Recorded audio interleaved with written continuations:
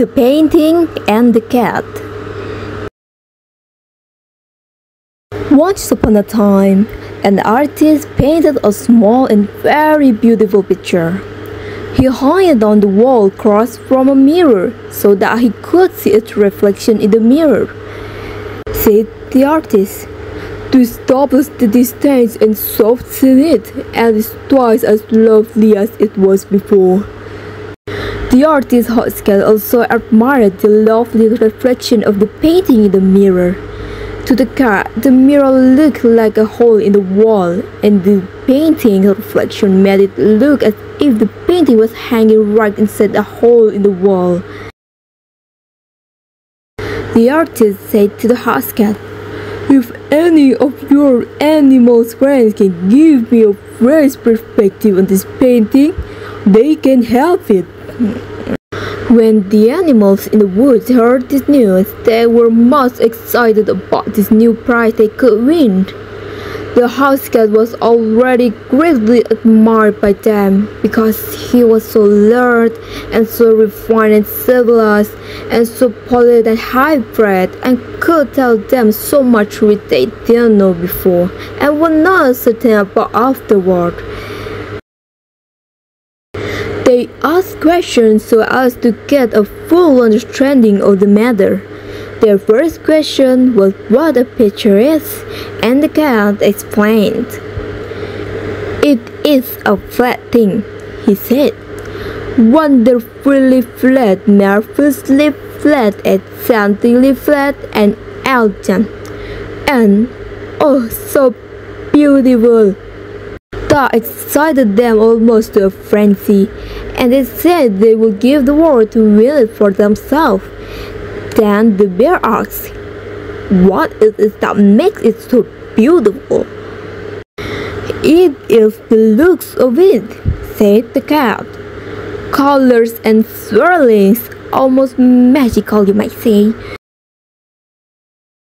This filled them with admiration and uncertainty, and they were more excited than ever. Then the cow asked, "You said the painting is hung on a hole in the wall. We must go to the painting so we can give a fresh perspective, whatever that means." "What does that mean anyway?"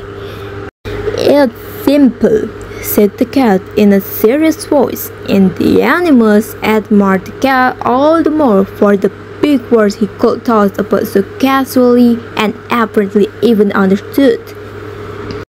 "You need to look at the painting," said the house cat. "It is so dainty and charming and ethereal and inspiring in its unimaginable beauty that your head will turn round and round, and you will almost swoon with ecstasy. To give a fresh perspective on the painting, all you do is to describe what you see." The animals knew this was a nearly impossible task, yet given the prize at hand, none felt inclined to at least try. Why not? After all, stranger things had happened. The donkey had not said anything as yet. He now began to trot up. He said there had never been anything as beautiful as this before, and probably wasn't now. He said that when it took a whole basketful of adjectives to wall up a thing of beauty, it was time for suspicion. And even it was as beautiful as all that, what's there to say about it? It was easy to see that these thoughts were having an effect upon the animals, so the cat went offended. The subject was dropped for a couple of days, but in the meantime curiosity was taking a fresh start, and there was a revival of interest. After all, it isn't every day one has a chance to win a beautiful new painting.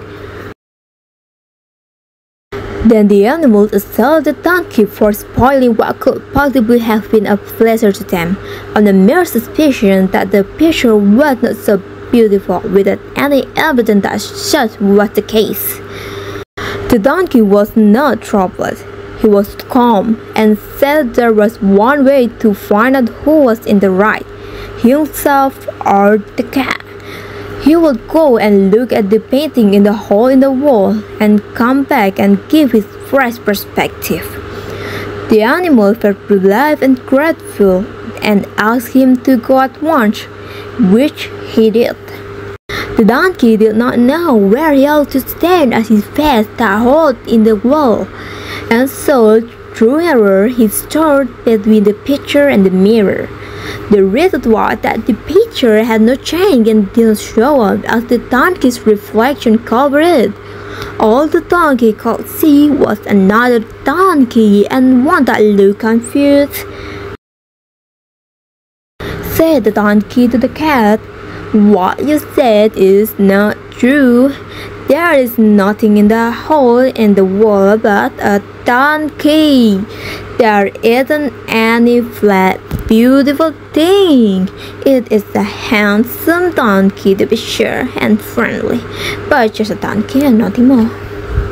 The cat relayed his observation to the painter, who said simply, "The donkey was seeing himself in the painting." The cat relayed the painter's remark to the donkey. When the donkey gathered his friends, the elephant asked him, "Did you see the painting good and clear? Were you close to it?" "I saw it good and clear, O King of Beasts," said the donkey. "I was so close that I touched noses with it." "This is very strange," said the elephant. The cat was always truthful before, as far as we could make out. "Let another witness try. Go there, look in the hole, and come and report." So the bear went. He, too, stood between the painting and the hole in the wall, facing the mirror. And so the bear's reflection likewise covered the painting. When the bear came back, he said, "Both the cat and the donkey have lied. There is nothing in the hole in the wall but a bear."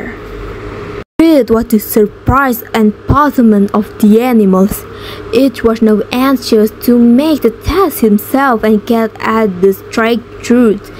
The elephant sent them one at a time.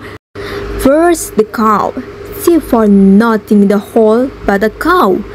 The tiger found nothing in it but a tiger.